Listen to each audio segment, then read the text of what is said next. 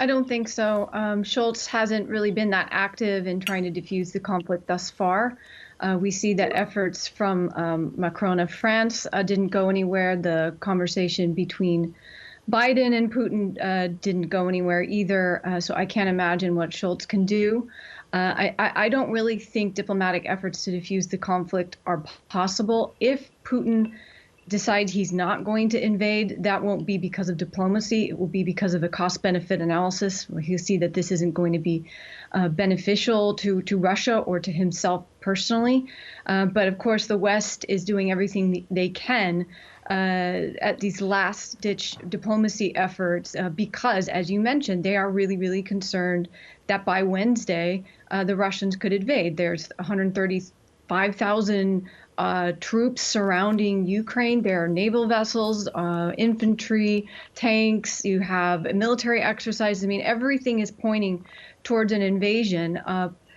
I personally think that might not happen on Wednesday, but it's not looking particularly good. Natasha, is there other preemptive action the US and Europe could take now, as in putting on those sanctions preemptively, probably freezing the Nord Stream gas pipeline to make it very clear to Russia that this is not going to be tolerated? That was something that has been suggested, but the U.S. government has been clear that that's not something that they're going to do because then it wouldn't basically be deterrence. They've been trying to send clear messages on two streams. One, saying that if you do invade, the sanctions are going to be so harsh that it will really do tremendous damage to the Russian economy, while trying to allay Russian fears that somehow a Western-friendly Ukraine poses any kind of threat to them. In the meantime, they're trying to supply the Ukrainians with adequate weapons in order to defend itself. And of course, we have the U.S. sending over troops to NATO in Poland to also send a message that there's some support there, at least to the countries that border the area of conflict. But I don't know how there can be anything that can be done other than Putin himself thinking that this may not be a good idea. And I'd like to add that with the annexation of Crimea, you had a region that was 2/3 Russian. In the Ukraine in total, it's only about 17% Russian. So this will be a much, much more difficult task to go in to Ukraine. And that's something that I think Putin has to think about.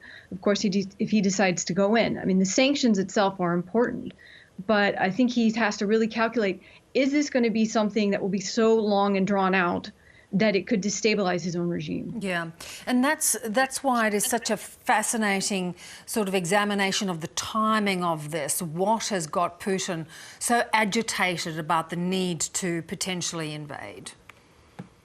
Right. I mean, there were skirmishes that were taking place, and there were comments about joining NATO. And then the new president of Ukraine, Zelensky, has really pushed his buttons in, for example, trying to exert soft power of Ukraine in the Donbass region by airing television programs that were Ukrainian produced in Russian language.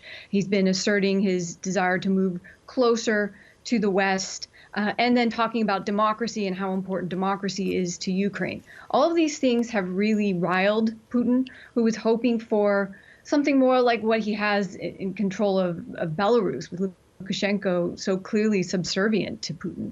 And so these things have been building up. And I think actually a more likely scenario is what the British intelligence had revealed, that Putin will try to find some way to install a Ukrainian-friendly president. And we must, remember that the Russians have repeatedly said they're not going to invade, even though they're surrounding Ukraine with all these troops.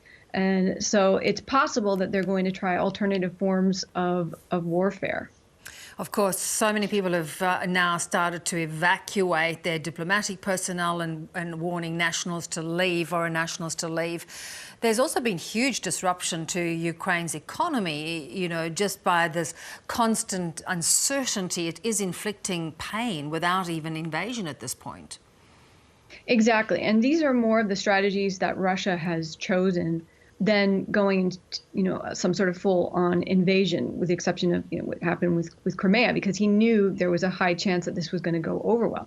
But he has all kinds of tools in his toolbox. He's already really affected the Ukrainian economy. There were so many flights out of Kyiv that it's very clear that elites, political elites, possibly economic elites, richer people who have the means to leave, are leaving in droves. There could be a brain drain. There's just lack of investment that's going to go towards Ukraine. All tourism has stopped to Ukraine. So he's already having an intended effect of really destabilizing the country without actually even invading itself. And there will be cyber attacks, and there will be efforts to undermine any kind of elections that take place. So there's a lot of things that Russia can do to really undermine stability in Ukraine. Good to talk as always, Natasha. Thanks so much. Thanks for having me.